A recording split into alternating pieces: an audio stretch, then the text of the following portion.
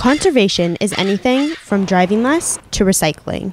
But at the Sacramento Zoo, it means preserving the environment we live in. Conservation is the name of the game at zoos. So in addition to housing animals that we show for visitors to come and look at, endangered species that they may not be able to see out in the wild or aren't traveling to those places, we really do a great job of supporting conservation partners around the world.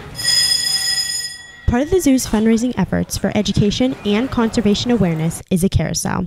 And with a contribution, donators' names can be proudly displayed on one of the animals. Visitors love carousels, and it's a wooden carousel, and there are very few true wooden carousels on the planet. So believe it or not, people travel far and wide. We had visitors from France come just to see this carousel. The conservation carousel is made up of 32 animals that are hand-painted to create truly unique pieces with educational and conservation messages to inspire visitors as they ride.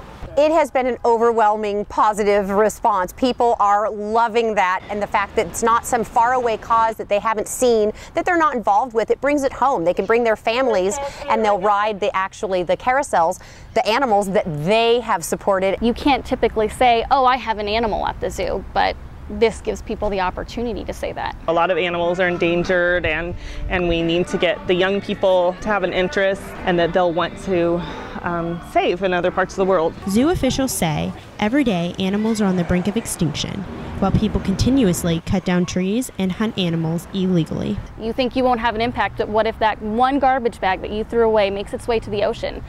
Little things like that.